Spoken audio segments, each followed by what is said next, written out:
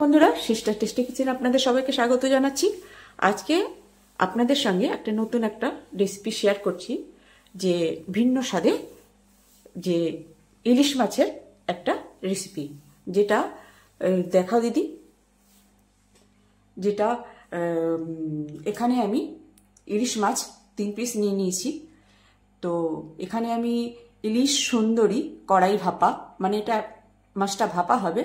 তো এখানে এটার ইলিশ মাছটার নাম হচ্ছে ইলিশ সুন্দরী কড়াই ভাপা।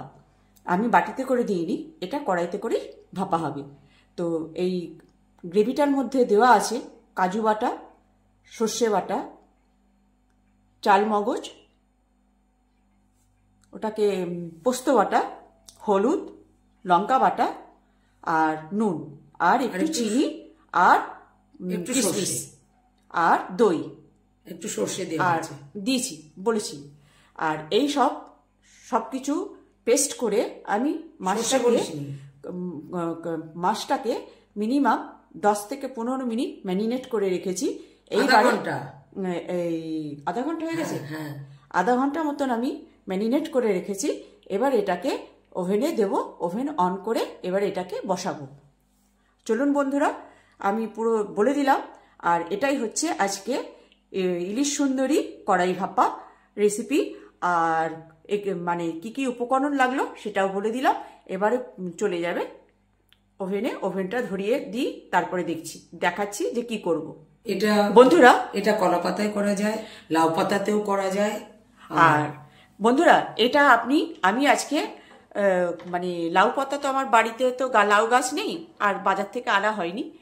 আর এটা কলা পাতাতেও করা যায়। কলা পাতা যদিও আছে, তো এত রাত্রির হয়ে গেছে, ওই জন্য কলা পাতাটা আনা হয়নি।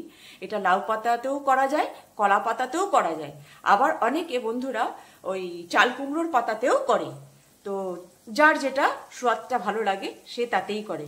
তো আজকে আমি এটা কড়াইতেই করছি।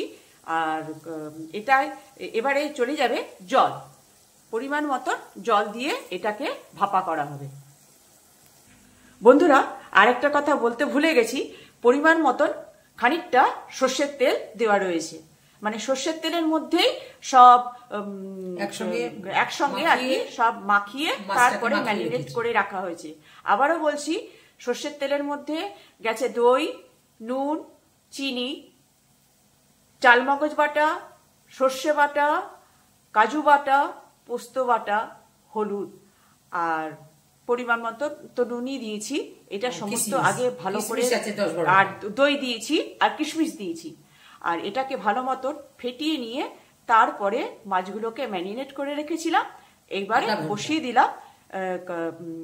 আধা ঘন্টা মতো ম্যারিনেট করে রেখেছি, যাতে মাছের সবটা তার ফ্লেভার আর স্বাদটা, মানে যেহেতু দই দিয়েছি সেই জন্য এটা যাতে অ্যাক্টিভ হয়ে যায়, সেই জন্য আমি ওটাকে আধা ঘন্টা ধরে ম্যারিনেট করে রেখে তারপরে আমি কড়াইতে ভাপা চড়িয়ে দিলাম। এই যে বন্ধুরা, কড়াইতে ভাপা চড়িয়ে দিলাম। এবার এটা ভাপা হোক, এটাকে ঢাকা দিয়ে ভাপা করে নেব। এই যে বন্ধুরা, এই যে দেখুন কেমন গপ গপ করে ফুটছে। এখনো তো কিচ্ছুই হয়নি, সুন্দরীর শাও হয়নি। তো এখনো খানিকটা সময় বাকি আছে, হয়ে এসছে প্রায়। তো এটার থেকে একটু তেল ছাড়বে, তারপরে এটাকে নামাবো। বন্ধুরা, এই দেখুন বন্ধুরা, আমার কড়াই ভাপা প্রায় হয়ে এসছে। এবার তেল ছাড়া শুরু করে দিয়েছে। এবারে সুন্দরী লেগে যাবে, সুন্দরী হচ্ছে আর কি। তো এইবারে আমি এটাকে ওভেন করবো অফ, আর করবো প্লেটিং। বন্ধুরা, এই যে ফাইনালি এই তেলটা পুরো ছাড়া হয়ে গেছে। দেখুন বন্ধুরা, কেমন লাগছে দেখতে, যাতে কড়াইতে না লেগে যায়। এরকম সুন্দর ঘুরিয়ে ঘুরিয়ে ঘুরিয়ে ঘুরিয়ে ওটাকে করবে। এই যে টোটালি তেল ছাড়া শুরু করে দিয়েছে। কেমন লাগছে? লাউ পাতা দেখাবো বন্ধুরা। তো আজকে আমার লাউ পাতাও নেই, আর রাত্রি হয়ে গেছে, কলা পাতাও নেই। সেই জন্যে আজকে আমি কড়াইতেই আপনাদের ইলিশ সুন্দরী কড়াই ভাপা করে রাখা। কড়াইতে আমরা প্রায় খাই, তো এটা আমরা প্রায় খাই। তো খুব সুন্দর, মানে খুব ভালো লাগে আর কি খেতে। লাউ পাতা হলে লাউ পাতা আবার কোনো কথাই নেই। আবার অনেকে কি করে বন্ধুরা, চাল কুমড়োর পাতায় অনেকে এরকম ভাপা করে খায়। তো আজকে আপনাদের সঙ্গে এটা শেয়ার করলাম, অন্যদিন অন্যটা যেভাবে যখন করে খাবো তখন আপনাদের সঙ্গে শেয়ার করে নেব। তো রাখছি বন্ধুরা, এই যে এবারে গ্যাস করবো অফ। এই যে সুন্দরী দেখুন রোমেনটা ছেড়ে দিয়েছে, এইবারে গ্যাস করবো অফ আর করবো প্লেটিং।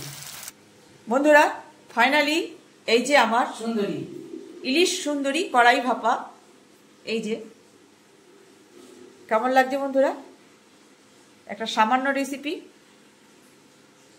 বন্ধুরা পাতায় দিলে তেলটা থাকবে না, তেলটা থাকবে না, তখন হবে শুকনো, তখন শুকনো শুকনো হবে। আর যেহেতু আমি কড়াই ভাপা করেছি ওই জন্য এই তেলটা দিয়ে আপনি ভাতটা মেখে মাছটা দিয়ে ধরে খেতে পারবেন।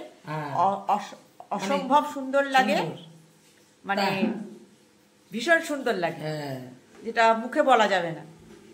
পাতে দিলে, খাবার পাতে দিলে তখন খেয়ে দেখতে হবে যে কেমন লাগে। তো বন্ধুরা এই যে আমার সামান্য আজকে রেসিপি ইলিশ সুন্দরী কড়াই ভাপা। তো কেমন লাগছে, ভালো লাগলে একটুখানি কমেন্টস দেবেন, লাইক শেয়ার করবেন, আর পারলে সাবস্ক্রাইব করে রাখবেন, যাতে আমার এই সামান্য খুব মানে রেসিপিগুলো আপনাদের আমি ছাড়তেই যেন আপনাদের কাছে পৌঁছে যায়। তো বন্ধুরা এই ছিল আমার আজকে রেসিপি।